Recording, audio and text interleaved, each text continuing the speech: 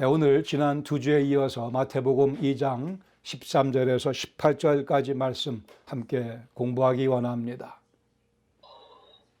만일 여러분이 하나님이셨다고 한다면 그 아들을 이 땅에 보내시는 사건을 어떻게 기획하셨겠습니까? 어떤 방법으로, 어떤 모습으로 내 아들을 이 땅에 보내리라. 그러나 그 누구의 상상도 다 어긋나고 말 것입니다. 하나님께서 하나님의 아들을 이 땅에 보내시는 그 방법, 그 모습은 누구도 상상할 수 없었던, 아마 사람의 생각으로는 영원히 상상할 수 없는 방법이었습니다. 명문 가정에 무슨 권문 세도를 누리는 그런 가정 아닙니다. 가장 좋은 학벌도 아니었습니다. 노벨상을 서너 개쯤 타게 만들었으면 글쎄 사람들이 다 그를 우러러 봤을까요? 그것도 아니었습니다. 마태와 누가는 예수님의 탄생과 어린 시절의 그 내용을 제한된 영역에서 상세하게 우리에게 보도해 주고 있습니다. 그것은 우리의 호기심을 채우고자 하는데 목적이 있지 않고 한없이 약해 보이는 아기 예수 속에서 역사하시는 하나님의 능력과 사랑의 기적을 보여주기 위해서입니다. 그지없이 약해 보이는 한 아기를 통해 역사하시는 하나님의 능력과 그 사랑의 기적을 보여주기 위해서입니다. 베들레헴에서 나신 아기 예수, 마태복음 2장 13절 14절에 보시면 이 아기 예수의 인생은 피신으로 시작이 됩니다.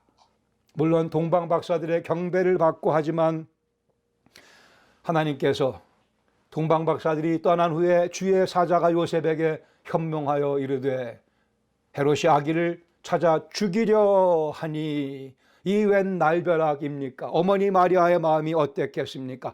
헤롯이 이 아기를 죽이려 하니 일어나 아기와 그의 어머니를 데리고 애굽으로 피하여 내가 내게 이르기까지 애굽 그곳에 있으라 하시니 요셉이 일어나 밤에 피신하여 아기와 그의 어머니를 데리고 애굽으로 떠나갑니다.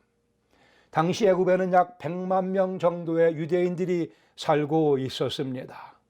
그러기에 숨기 쉬운 그런, 그리고 거리도 실상 가장 가까운 애굽도 약 150마일, 240km, 600리 정도의 길이, 최소한 일주일 걸리는 여정이었습니다.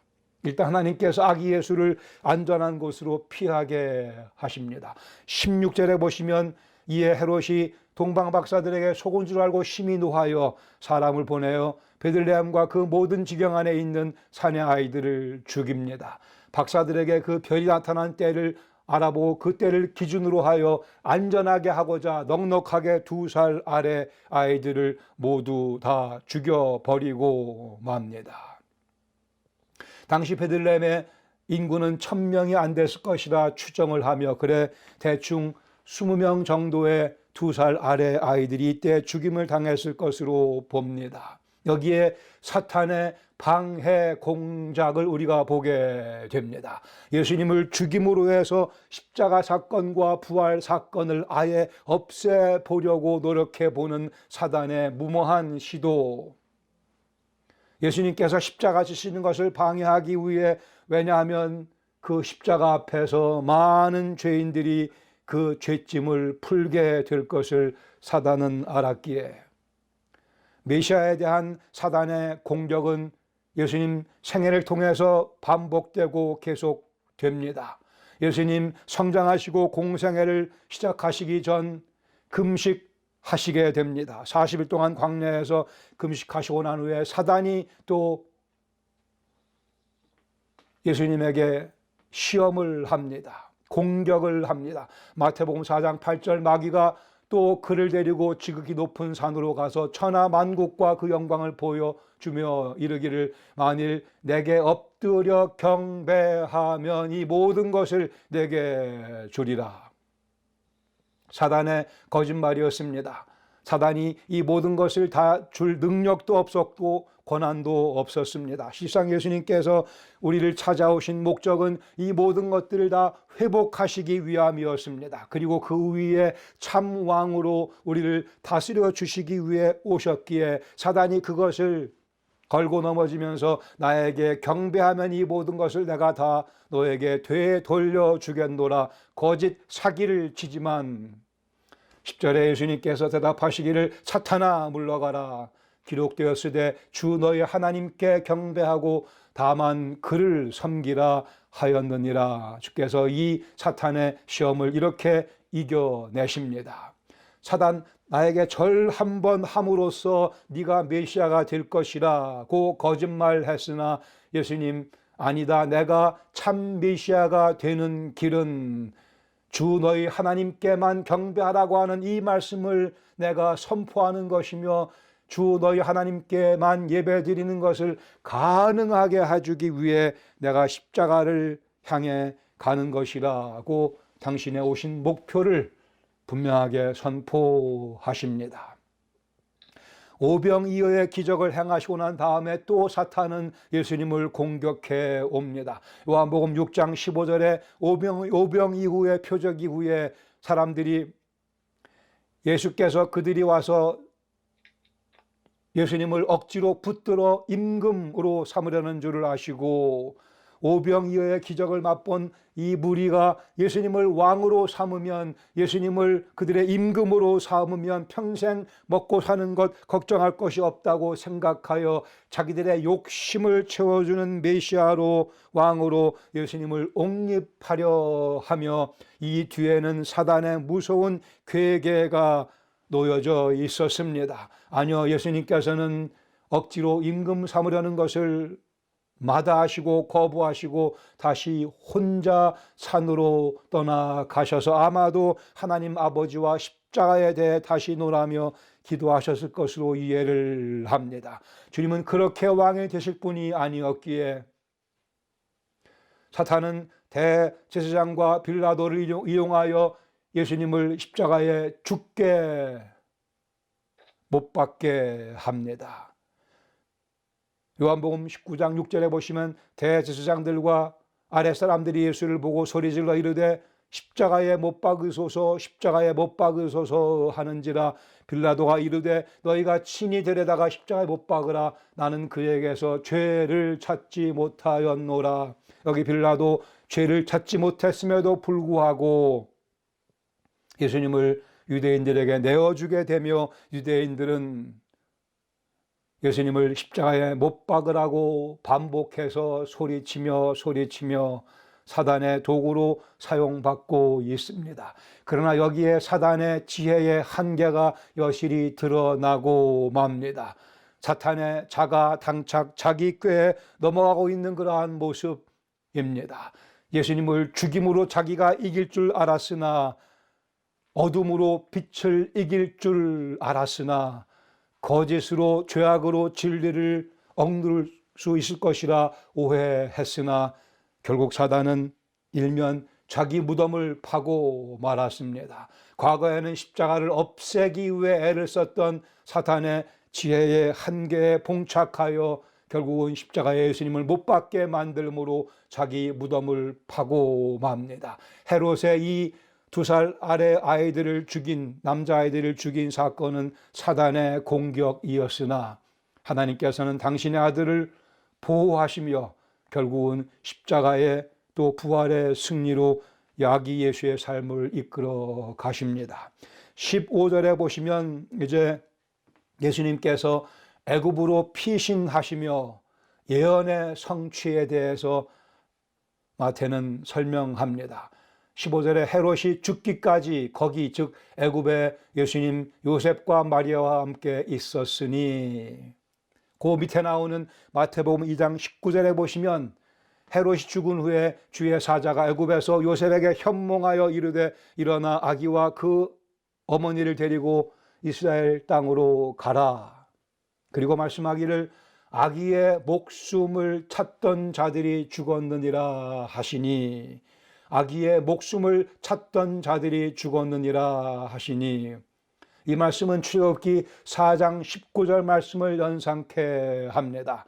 출애굽기 4장에서는 모세에 관한 말씀입니다. 여호와께서 미디안 모세에게 이르시되 애굽으로 돌아가라. 목숨을 노리던 자가 다 죽었느니라. 모세 역시 아들을 죽이라고 하는 그러한 바로의 명령을 피해 하나님의 은혜 가운데 특별하게 보존받은 남자아이였습니다. 그러나 그들이 다 죽었다, 목숨을 노리던 자들이 다 죽었다고 하시며 여호와께서 모세를 이제는 구원자로 애굽으로 다시 파송하십니다. 목숨을 찾던 자라고 하는 공통적인 모티브가 이 모세의 삶과 예수님의 삶 가운데 중복되고 있습니다. 모세는 애굽으로 가라, 그리고 예수님은 애굽으로부터 나사렛으로의 움직임을 시사하는 아기의 목숨을 찾던 자들이 죽었다는 표현입니다. 그러나 이어서 마태는 15절에 말씀하기를 이는 주께서 선지자를 통하여 말씀하신 바 애굽으로부터 내 아들을 불렀다 함을 이루려 하심이라. 애굽으로부터 내 아들을 불렀다, 출애굽의 모티브를 마태가 모세 사건과 출애굽기 사건과 함께 엮어서 우리에게 설명을 해주고 있으며, 이 말씀은 호세아서 11장 1절의 예언을 성취하는 말씀이라고 마태가 설명합니다. 호세아 11장 1절 말씀에 이스라엘이 어렸을 때에 내가 사랑하여 내 아들을 애굽에서 불러냈거늘, 호세아는 출애굽 사건을 염두에 두며 이 말씀을 기록하고 있으며, 마태는 이 말씀을 인용하며 이 말씀 속에 더 깊이 담겨져 있는 하나님의 의도를 우리에게 드러내어 설명해 주고 있습니다. 마태는 이 출애굽 사건의 궁극적인 의미가 이 아기 예수를 통해서 성취될 것임을 우리에게 알려주고 있습니다. 이 아기 예수는 참 이스라엘입니다. 실패와 불순종과 또 실패와 또 불순종을 번복했던 그 이스라엘과는 달리 이제 궁극적 의미에서, 완벽한 의미에서의 참 이스라엘로 오신 예수님, 그리고 궁극적인 의미에서의 출애굽 사건을 이끌어낼 하나님의 선택받은 지도자로서의 아기 예수를 마태는 우리에게 소개시켜 주고 있습니다. 여기 있는 아기 예수는 새로운 모세입니다. 궁극적인 지도자이십니다. 새로운 예배의 공동체를 창출해낼, 이끌어낼 하나님의 택하심 받은 그의 아들이신 동시에 그의 궁극적인 구원자로 우리를 향해 내려오셨습니다. 모세의 구약 대신 새 언약을 체결해 주실 분 예수 그리스도이십니다. 이제 17, 18절에서 마태는 두 번째 예언의 성취에 대해서 말씀합니다. 헤롯의 학살에 대해서 말씀합니다. 이에 선지자 예레미야를 통하여 말씀하신 바 라마에서 슬퍼하며 크게 통곡하는 소리가 들리니 라헬이 그 자식을 위하여 애곡하는 것이라. 그가 자식이 없으므로 위로받기를 거절하였도다 함이 이루어졌느니라. 예레미야 31장 15절 말씀을 마태가 인용하며 그 말씀이 이루어졌다고 또 설명합니다. 원래 예레미야 31장의 말씀의 의미는 당시 이 유다 백성들이 바벨론의 포로로 잡혀가게 됨에 따라 라헬이 비유컨대 자기 자손들이 그렇게 바벨론 포로로 잡혀간 것에 대해 마음 아파하며 슬퍼하는 모습을 설명하는 그러한 구절이었습니다. 포로 시대 바벨론. 그러나 예레미야는 이 말씀 이후 그 밑에 31장 31절 이하의 새 언약에 대해서 또한 말씀합니다. 이렇게 바벨론으로 유다 백성들이 다 붙잡혀 갔으나 70년 후에 다시 하나님께서 그들을 회복시켜 주시며 이제는 새 언약을 체결하실 것을 예언하는 말씀입니다. 즉 그들의 오늘의 고통이 그러나 하나님의 은혜로 인하여 회복으로 되갚음 받게 될 것을 말씀하는 그 문맥에 있는 이 말씀을 인용하면서 마태는 이 말씀이 이루어졌다고 설명합니다. 헤롯 때문에 20명 정도의 아이들이 죽임을 당하여 많은 부모들이 그 마을 전체가 깊은 슬픔과 고통 가운데 빠졌지만 그러나 이 아기 예수로 인해 그 죽음이 찾아왔지만 그러나 여기 하나님의 회복의 역사가 이제 곧 있게 될 것을 상기시켜 주고 있습니다. 예수님 이때에는 헤롯의 칼을 피하여 살아나셨지만 그러나 그 예수님 30여 년 후에는 십자가에서 죽으실 그 죽음 피하지 아니하시며 기꺼이 달갑게 그 죽음을 당하십니다. 당신의 피를 통해 새 언약의 중보자가 되시는 그 위대한 가장 아름다운 일을 성취하시고 맙니다. 이것이 마태가 예레미야 31장 말씀을 인용하는 그 목적이며 그 내용의 의미입니다. 오늘 이 말씀을 근거로 몇 개의 교훈을 함께 나누게. 첫 번째는 아기 예수는 두 번째 모세로 우리를 찾아오셨습니다. 신명기 18장 15절에 모세가 말씀합니다. 네 하나님 여호와께서 너희 가운데 내 형제 중에서 너를 위하여 나와 같은 선지자 하나를 일으키시리니 너희는 그의 말을 들을지니라. 모세가 나와 같은 선지자 앞으로 오실 텐데 그분이 메시아이며 너희는 그의 말을 들을지어다 이렇게 말씀합니다. 누가복음 9장 35절에 이제 하나님께서 직접 말씀하십니다. 구름 속에서 소리가 나서 이르되 이는 나의 아들 곧 택함을 받은 자니 너희는 그의 말을 들으라. 모세 했던 말과 똑같은 말씀을 하나님께서 직접 베드로와 야고보와 요한의 귀에 들려주시며 오늘 우리에게도 같은 말씀을 들려주십니다. 너희는 그의 말을 들으라. 나와 같은 선지자, 모세와 같은 선지자, 애굽에서 이스라엘을 구원했던 모세, 지도자, 사탄의 권세에서 우리를 구원하시는 지도자 왕으로서의 예수님, 두 번째 모세로 오신 예수님, 모세와 유사한 점이 많이 있으나 그러나 훨씬 더 뛰어나신, 아니 존재론적으로 뛰어나신 그 이유는 모세는 하나님 집의 종이었거니와 예수님은 하나님의 아들이시기 때문에 그렇습니다. 복음서는 이러한 모세와 예수님 사이의 유사한 점 그리고 차이점을 동시에 보여줍니다. 모세의 율법은 죽은 자에게 손을 대면 부정해진다고 말씀하나 이 아기 예수는 30여 년 후에 나인성 과부의 독자 죽은 그 아들의 관에 손을 대시며 생명으로 죽음을 몰아내시는 일을 하십니다. 모세의 율법은 가늠한 여인을 돌로 쳐 죽이라 했으나 이 아기 예수는 30여 년 후에 그 여인을 용서하시고 십자가에서 그 여인 대신 돌을 맞아 죽으십니다. 두 번째 모세로 오신 예수님, 모세와 유사하지만 존재론적으로 뛰어나십니다. 그 이유는 모세는 하나님의 종이었으나 예수님은 하나님의 아들 그리고 아들 하나님이시기 때문입니다.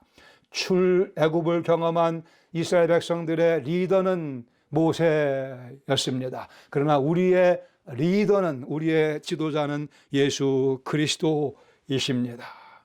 두 번째, 아기 예수는 교회의 창시자가 되셨습니다. 구원의 창시자가 되셨습니다. 믿음의 창시자가 되셨습니다. 히브리서 2장 10절에 예수님을 구원의 창시자라고 우리에게 소개해 주십니다. 구원을 만들어내신 분이십니다. 첫 번째 아담의 패배를 뒤집으시며 당신이 승리하시고 우리도 그 승리의 반열에 동참할 수 있게 해주시는 분이십니다. 다시 한번 마태복음 4장 10절에 예수님께서 사탄에게 하신 말씀, 사탄아 물러가라 기록되었으되 주 너희 하나님께 경배하고 다만 그를 섬기라. 사단에게 종노릇하며 사단을 예배하던 죄인들, 우리 하나님께 예배 드릴 수 있도록 해 주시려고, 사단의 이 유혹을 이기시며 우리도 사탄의 같은 이 유혹을 이길 수 있도록 우리에게 부활의 능력을 공급해 주시기 위해 아기 예수로 우리를 찾아와 주셨습니다. 그래 우리를 구원하시고 구원의 창시자가 되어 이제 하나님을 예배 드릴 수 있는 자들로 우리를 변화시켜 주시고 그 예배자들을 모아 교회라고 이름 붙여 주셨습니다. 혹자들이 교회라고 부르는 건물을 짓기 위해서 예수님께서 우리 찾아오신 것 아닙니다.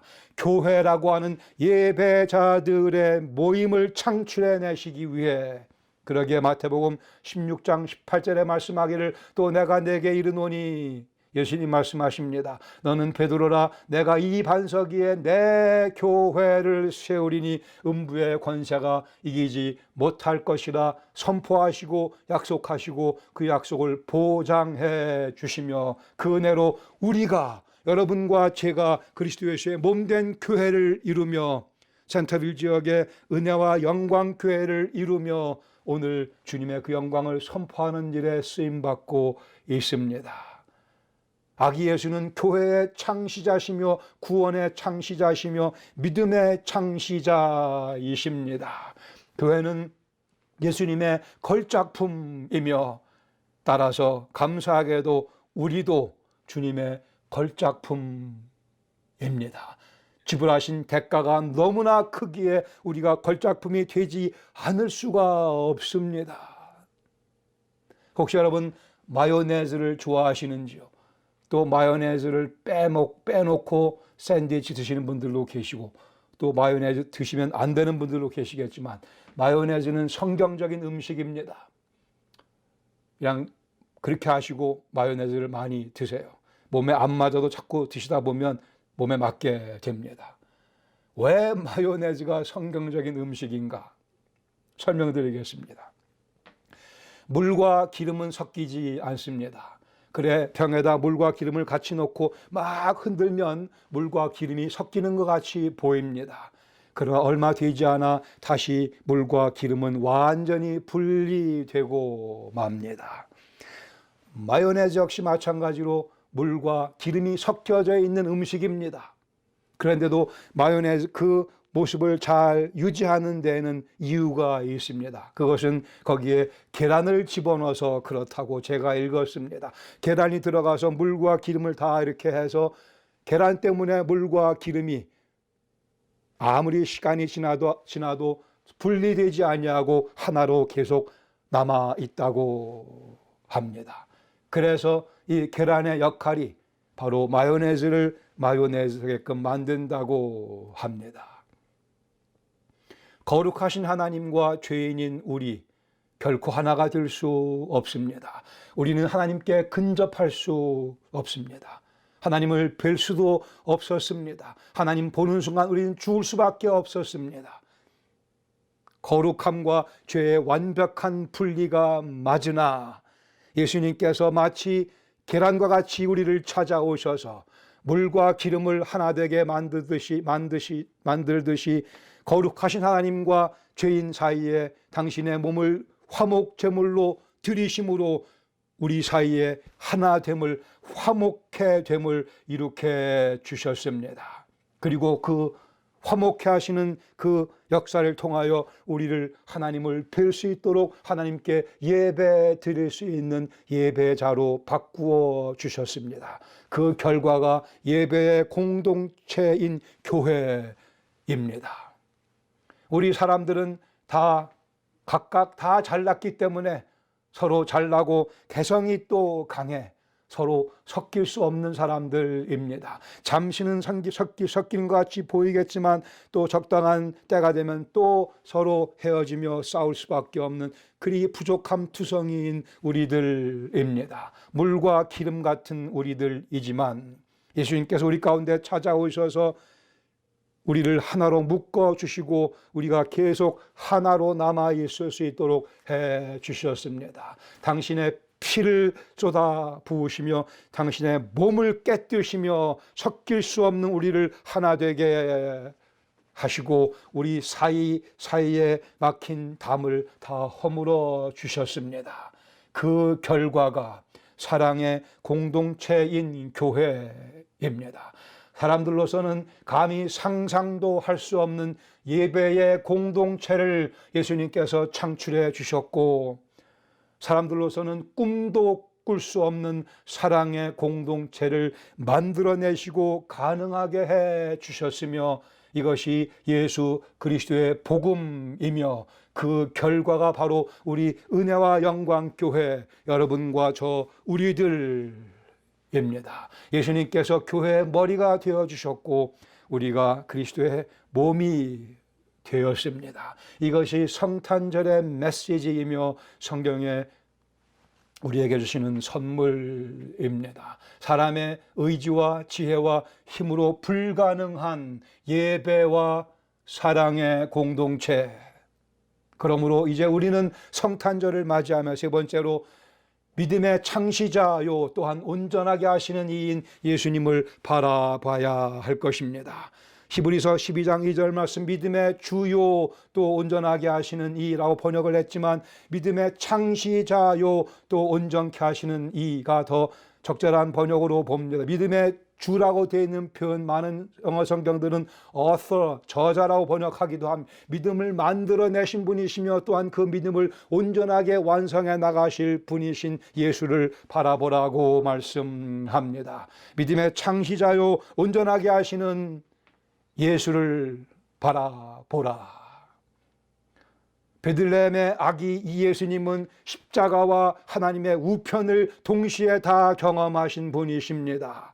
베들레헴 그 아기 예수는 하나님의 우편 영광과 십자가의 치욕을 동시에 경험하신 분이십니다. 그 이름은 임마누엘이요 우리와 함께 하시는 분이시요 우리를 예수님 옆에 있도록 해 주신 분이시며 우리를 하늘의 영광의 보좌 우편에 앉아 계신 그 예수님 속으로 들어가게 해 주신 분이십니다. 하나님의 열심히 만들어낸 사건입니다. 그 결과 우리는 구유에 놓인 아기를 경배드리게 됐습니다.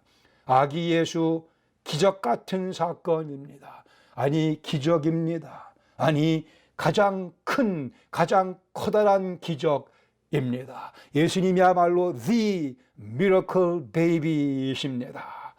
이 아기는 모든 인생의 흥망의 기준이십니다. 모든 인생의 흥과 망의 기준이십니다. 우리와 똑같은 모습으로 성장하시며 인생을 사셨습니다. 우리를 가까이 더 가까이 찾아오시려고 여행길에 지쳐 목이 말라 우물가에 털썩 주저앉기도 하셨습니다. 잠을 충분히 주무시지 못하면 광풍이 이는 배에서라도 모자란 잠을 채우시던 우리 예수님, 사랑하는 친구 나사로의 죽음 앞에 눈물을 흘리던 예수님, 십자가에 달려 가시면류관 쓰시고 못에 발에 손과 발에 못을 받으시며 고통 가운데 목마르다 절규하시던 우리 예수님, 우리를 가까이 찾아와 주셨습니다.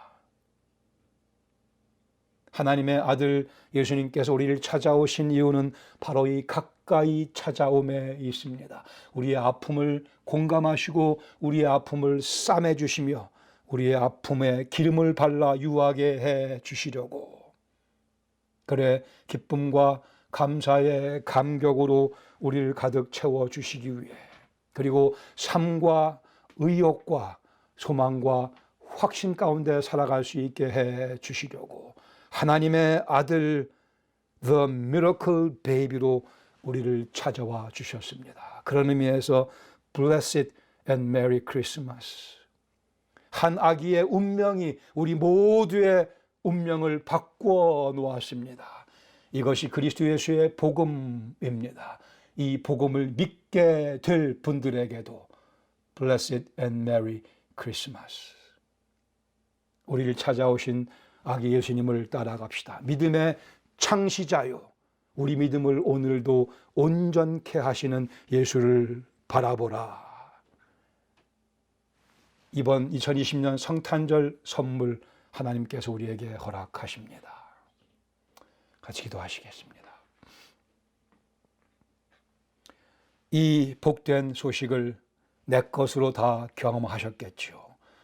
혹이라도 그렇지 못하신 분이 계시다면 하나님의 열심 생각하시며 그 앞에 무릎 꿇으시며 이 선물을 내 선물로 감사함으로 받아들이시기 바랍니다. 복된 성탄에게 어떻게 보낼 것인가 우리 곰곰 생각하시며 아기 예수께 경배드리며 아기 예수를 두려워하지는 마십시다. 아기 예수를 바라보며 그 예수님 따라가는 복을 누리시기 바랍니다. 지금도 우리 곁에 가까이 계신 주님, 그러기 위해 우리를 찾아 내려와 주셨습니다. 이 아기 예수의 기적, 하나님 말씀을 통하여 저희들이 더 깊이 있게 이해하게 하시고 하나님의 치밀하신 계획 가운데 온 인류 역사를 통해 역사하시는 하나님의 그 상세하신 자상하신 역사의 흐름 저희들이 바르게 이해하며 우리 주 예수 그리스도를 찬양하는 복된 절기가 되게 하여 주시며 주님의 은혜에 감사드리는 복된 성탄의 절기 삼아 주시옵소서. 예수님의 이름으로 감사드리며 기도합니다. 아멘.